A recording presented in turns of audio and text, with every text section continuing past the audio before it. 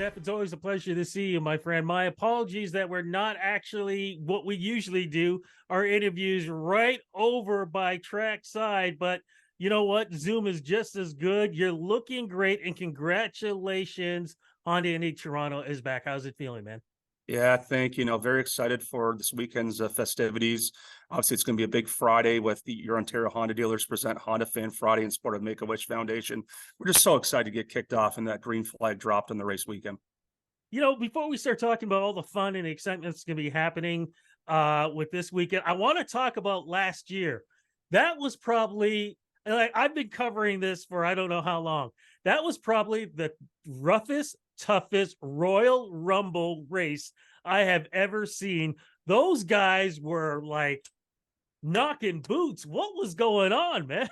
The Toronto circuit provides a lot of drama. And I think the cool thing about the NTT IndyCar series is just the competitive lineup down the field, right? Anyone can win on any given, Saturday or Sunday, whatever day they choose to compete on. And, we're very fortunate that last year we had Scott Dixon become a reigning and defending champion of the Honda Toronto going into this year. So, he's quite the champion himself. He is one of the all-time winningest IndyCar champions. And I know he's excited to take back to the streets here in just a few days. But yeah, just the diversity of the lineup, how competitive everyone is. Toronto, you had the character of the streets you and I drive on, and it really makes for an exciting race throughout the course of Sunday.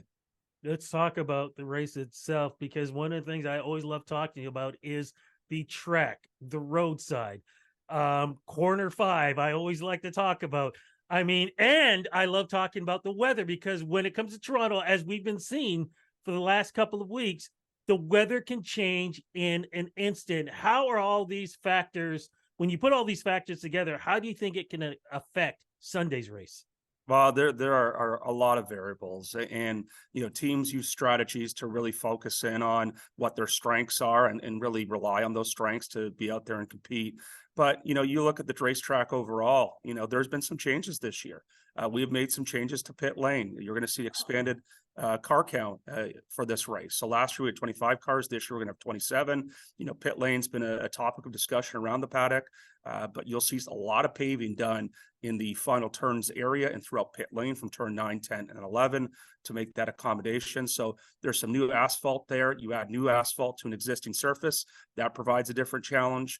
And even though it's the same circuit every year, there are just, changes that happen with the facility just based on normal wear and tear. So, I hope rain doesn't become a factor. We all want, obviously to be sunny skies, but the forecast is the forecast. But we've been blessed here in Toronto recently with these hot, humid conditions, and it's kind of like the weather down south. There's a chance of rain that pops up.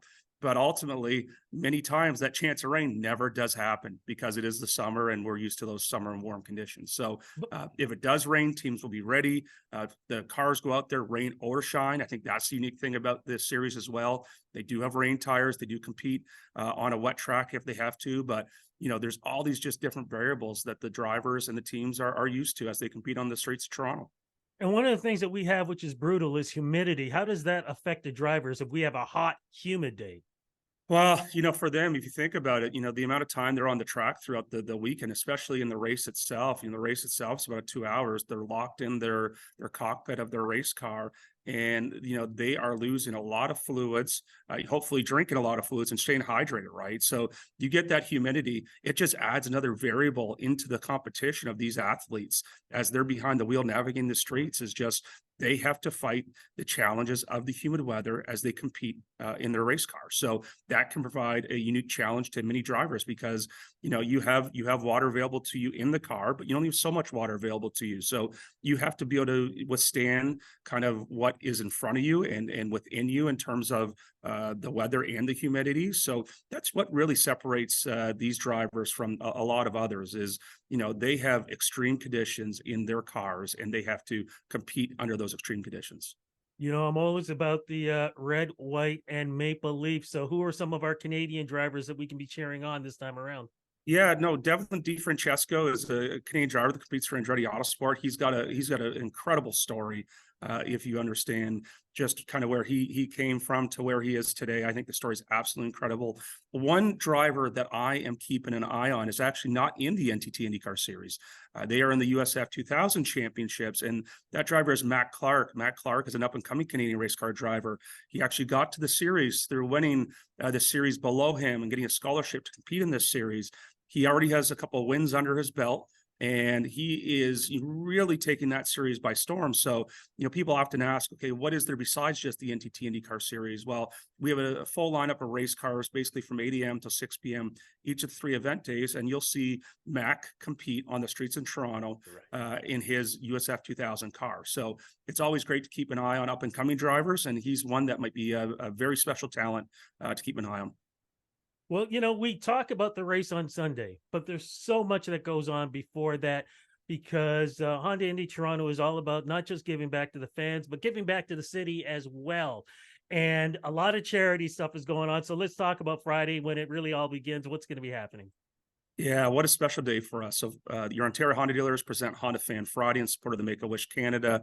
What that program has done over the past decade has allowed us to raise over $905,000 for Make-A-Wish. We're hoping this year we get to the $1 million mark. I think that would be absolutely splendid if we can. And what we ask our fans and festival goers to do is when they attend on Friday, we're not going to ask to see their ticket, but we're going to ask for them to make a voluntary donation to the charity as they enter the event grounds. And the cool thing about Friday is, over the course of time, as this program has evolved, we've actually been able to add racing to the lineup that day. And you'll see the Tiffany Gate Grand Prix of Toronto, which is the NASCAR Pinty Series race, and that'll end our Friday. So if you come down with that voluntary donation, you get to see an actual race that day, in addition to the practicing NTT Indy cars and the rest of the lineup from sports cars to open wheel cars. So it's an incredible day.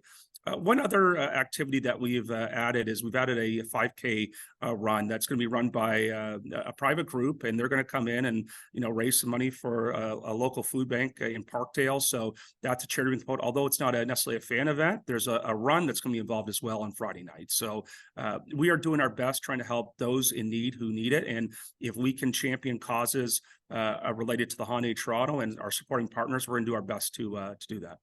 What's happening on Saturday? Yeah, Saturday qualifying, that in itself is quite the show. You talk about the competitiveness on the race itself. NTT IndyCar Series qualifying format is kind of a knockout format in groups, and it's very, very competitive. Sometimes you can get on the wrong side of the wrong group, and that can put cars where they're typically not located. So, NTT IndyCar Series will have their qualifying on Saturday. Sports Car Championship Canada will be racing. Their Blue Marble Radical Series and the North American Radical Series will be competing on Saturday as well. So we have a full lineup of both open wheel cars, sports cars, and the NTT IndyCar Series qualifying on the Saturday. And then, of course, Sunday is the big race. I know this is an unfair question, but who do you think might be winning? Or do you want to even throw out some names for strong contenders, not just because of the circuit, but because it's Toronto? Yeah, Toronto, anyone can win, right? So it is a coin toss. It's hard to pick your children. You don't want to, pick favorites. So you try not to commit to things, but a driver like Alex Palau going into the Honda Toronto here has been on quite a roll. Pardon the pun. Obviously, it's motorsport, but he's been on quite a roll heading into this race. Scott Dixon's always a favorite just because of his legacy and his time here on the streets of Toronto. But Toronto is just such a unique surface. You go down the lineup like Pato Award, you have Roman Grosjean, you have all these drivers that are known around the world and throughout North America.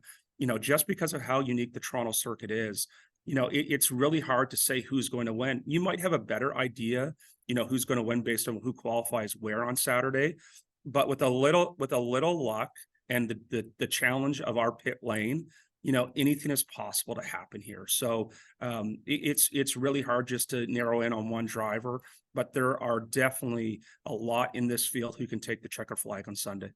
Last question as we speak, are tickets still available? Yeah, no, thank you for asking. And tickets are available at hondaindy.com. We have great general admission viewing areas for fans coming down. We spent a lot of time this year making sure those who want to come down for the very first time or a second or third time or just a casual time to have a lot of great options. And we have a couple of food truck stops available to you. We have a new Unibet Finish Lounge that we encourage you to check out. But there's also just great areas to watch trackside as you navigate the grounds and hopefully enjoy a cold beverage and a great piece of food. And make sure you, if you got CAA, make sure you bring that card because I love that area that they have that I always head over there. It's a nice rest spot when you're Yeah, walking around through there. it's inside. It's got some good air conditioning. They got some refreshments for you. Bring that CA card, and they'll take care of you. Fantastic, my friend. Look, congratulations on bringing back the most fun and fastest sport in the world to Toronto. Thanks again. Cannot wait to see what's going to be happening, man. Thanks so much, Rudy.